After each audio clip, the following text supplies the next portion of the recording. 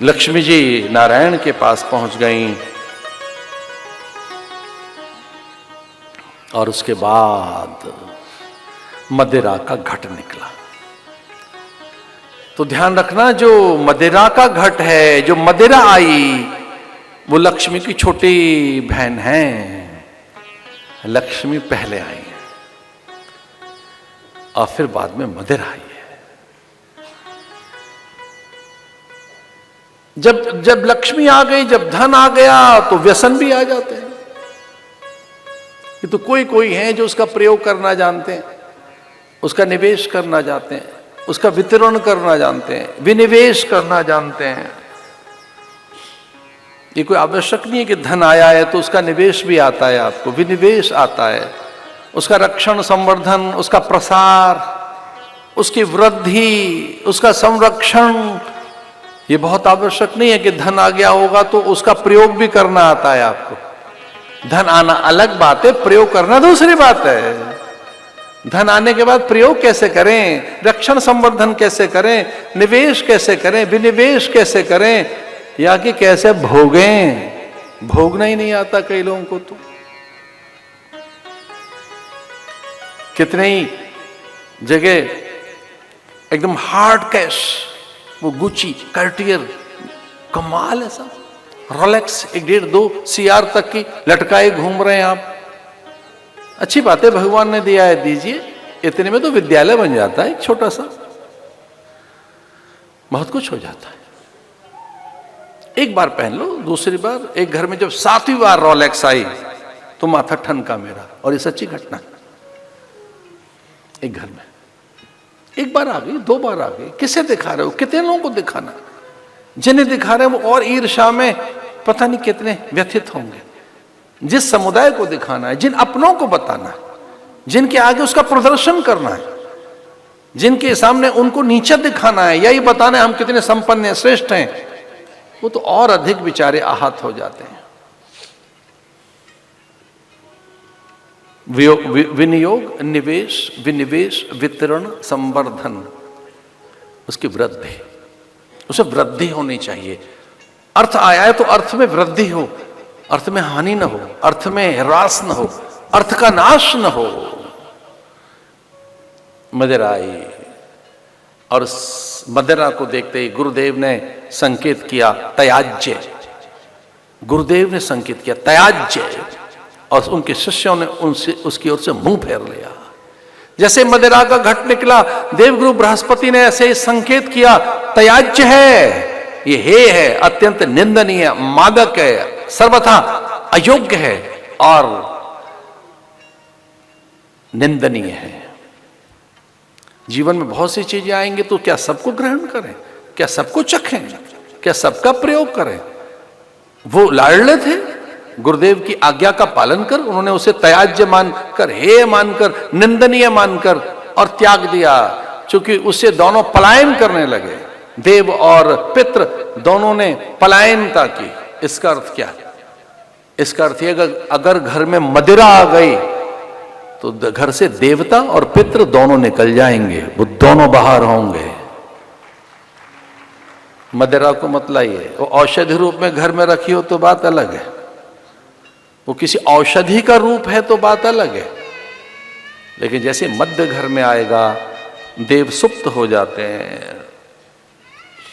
देव को जागृत रखिए, देव प्रखर रहें, चैतन्य रहें। उसने किसी का हित नहीं किया है, आज तक भी किसी का भला तो हुआ है नहीं। मदिरा से मद लाती है, संबंधों में अपवित्रता लाती है, वैराग्य को शिथिल करती है, विवेक को कुंठित करती है, चयन नहीं करने देती, निर्णय की क्षमता को छीनती है, मन प्राण शरीर में असंगति, असंतुलन पैदा करती है।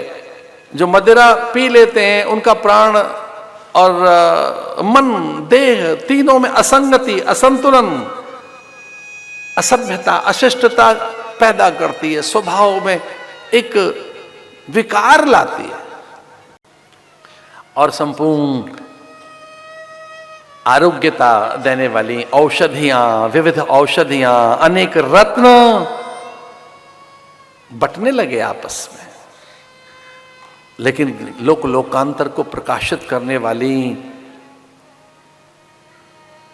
लक्ष्मी जी जब निकली तो संपूर्ण धरती पर प्रकाश छा गया, पूरी धरती पर उजाला, सबके सब सुखी, स्वस्थ, संपन्न, दिव्य और अत्यंत परिपूर्ण अनुभव करने लगे। सबके सब लक्ष्मी जी क्या निकली, सब परिपूर्ण अनुभव करने लगे, सब स्वस्थ हो गए, प्रसन्न हो गए, आनंदित और प्रमुदित हो गए। सबको लगा कि हम कितने धनवान और कितने हम समृद्ध हो गए।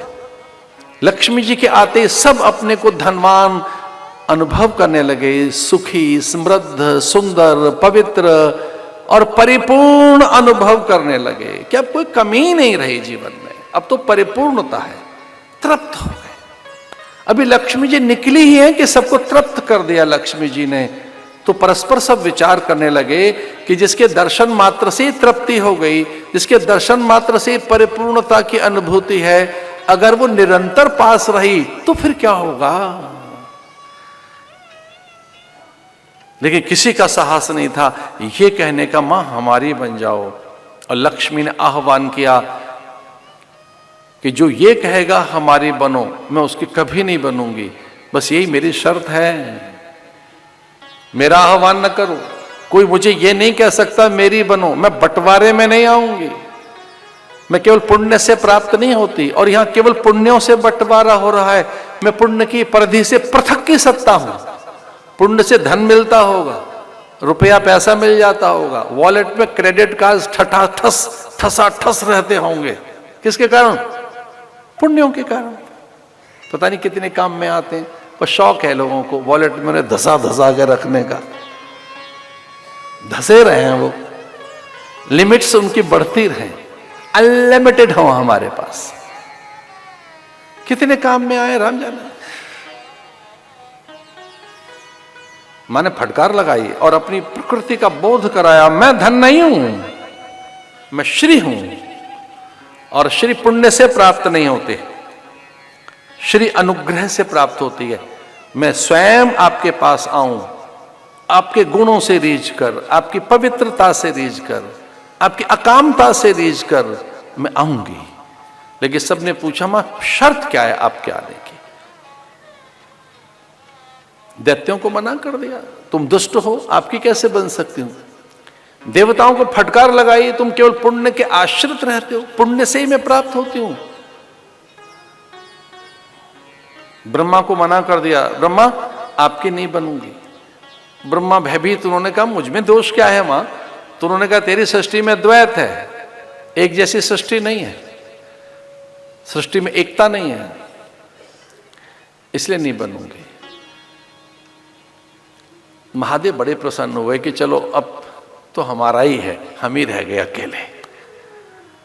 महादेव ने कहा, मां हमारे बारे में क्या विचार है? क्या मानसरोवर चलेंगी? मैं और पार्वती नित्य आपका पूजन करेंगे। हमारे यहां कोई बढ़िया आसन तो नहीं है, पर प्राय एक सुंदर सा आसन बनाएंगे, नित्य आपका अर्चन, उपासना, अभिषेक, प्रणाम, पूजन, नित्य वंदन आपका करेंगे। महादेव कह लगे, मां हमारे यहां चलो, आपने तो सबको मना कर दिया। लक्ष्मी जी ने महादेव को प्रणाम किया और कहा, देव महादेव मैं आपके साथ नहीं चलूंगी। तो महादेव कहने लगे, मां मुझ में भी कोई न्यूनता है क्या? मुझ में भी कोई खोट है क्या? तो माने कहा, नहीं आप में खोट नहीं, आप में बड़ी उदारता है। कोई राक्षस आपको जरा सी देर में प्रसन्न कर लेगा और दान में मुझे दे देंगे। आपको कुछ अच्छी चीज रखने का अभ्यास नहीं, महंगी से महंगी चीजें बांटने का आपका स्वभाव है। और एक बहुत भीतर की बात बता रहा था मैं, साधुओं का भी ऐसा ही स्वभाव है। उनके पास कोई अच्छी चीज आएगी, भक्त को बांट देंगे, अपने पास नहीं रखते वो कभी नहीं। इन साधुओं के बहुत सीक्रेट हमको पता लग गए। अच्छी चीजें भक्तों को, अनुयायियों को, शिष्यों को प्रसाद रूप में बांट देंगे। महादेव को टोका लक्ष्मी ने कहा कि आपको प्रसाद रूप में हर वस्तु बांटने का स्वभाव है आपका, तो मैं लक्ष्मी प्रसाद में बट जाऊंगी ऐसे ही। सब ऋषियों ने आह्वान किया, मां हमारे बन जाओ। फिर ऋषियों के मन में लोभ जग गया, ऋषियों को लगा कि मां को हम ले चले। सप्त ऋषियों ने आह्वान किया, मां चलो हमारे मठ मंदिरों में, हमारे आश्रमों में चलो। तो मां ने कहा ना ना, आपकी नहीं बनूंगी। तो पूछा ऋषियों ने कि क्या हम में भी कोई दोष है? तो उन्होंने कहा आप में कोई दोष नहीं है, आप अकाम है, आप तकाम है, निष्काम है। जब आपको आवश्यकता ही नहीं है तो मैं क्यों आपके साथ चलूं? पर बोले मां फिर अगर ऐसा है तो साथ चलो, अब निष्काम है तो हमारे साथ चलो। तो मां ने बहाना लगाया। अब ऋषियों में भी एक दोष ढूंढने लगे। मां को लगा कि ऋषियों के साथ जाना पड़ सकता है, इनमें कोई दोष ढूंढना चाहिए। तो मां ने उनमें एक दोष ढूंढ लिया। ऋषियों से कहने लगे कि कभी कभी आपको अपने तप का अभिमान होता है और आपको लगता है हम महान हैं और गृहस्थियों का तप छोटा है, हम बड़े हैं। तपस्वी कभी कभी तप के तेज से अपने में एक वैशिष्ट अनुभव करता है। तो कभी कभी ऋषियों को अपने तप का अभिमान हो जाता है। तो ऋषियों ने कहा अभी तो अभिमान हम में नहीं है। बोले अभी तो नहीं है, पर कभी हो गया तो? अब ऋषियों ने बात पकड़ ली मां की। बोले मां अगर हमें तो अभिमान होगा ही नहीं। बोले नहीं, एक व्यक्ति ऐसा है जिसमें कभी अभिमान नहीं हो सकता। सबने पूछा वो कौन है? तो पराम्बा मां लक्ष्मी जी कहने लगी कि वो तो मेरे नारायण ही हैं जिन्हें कभी अभिमान नहीं हो सकता। मैं उनके पास चले, अमानी मानो दो मान्य।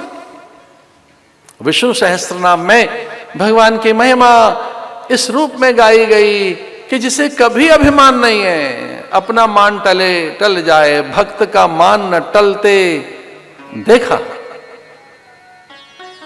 जिसे अपने ईश्वरत्व का, श्रेष्ठता का बोध ही नहीं है, जो निराभिमानी है, ऐसे नारायण के साथ में चली और भगवान नारायण के वामांग में आकर बैठ गईं।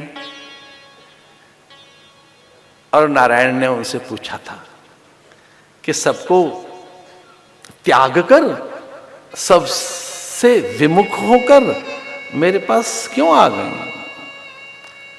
हे लक्ष्मी, आपने मुझ में ऐसा क्या देखा? तो लक्ष्मी जी बड़ी विनय के साथ एक बात कहने लगी, ये मुझे आपसे कहनी, अगर आपको लक्ष्मी चाहिए तो। मां ने कहा मैं उस घर में जाने को तैयार हूं, मैं उस व्यक्ति के पास भी पहुंचने को तैयार हूं, मैं उसके लिए सदा सदा से उसकी होने को तैयार हूं। बस उसके पास एक ही चीज होनी चाहिए। मिलकर बोलिए मेरे साथ, सत्यानुसारिणी लक्ष्मी ही, सत्यानुसारिणी लक्ष्मी, सत्यानुसारिणी लक्ष्मी, सत्यानुसारिणी लक्ष्मी, सत्यानुसारिणी लक्ष्मी, सत्यानुसारिणी लक्ष्मी। जो सत्य का अनुसरण करते हैं, जो सत्यनिष्ठ हैं, सत्यान्वेषण कर रहे हैं, सत्याचरण कर रहे हैं, सत्य का व्रत लिए बैठे हैं, सत्यनिष्ठ हैं, जो सच्चिदानंद है, जो सत्य का व्रत करता है, जो सत्य नारायण का व्रत करता है, जिसका व्रत ही सत्य है, मैं उसकी सदा के लिए बन जाती हूं।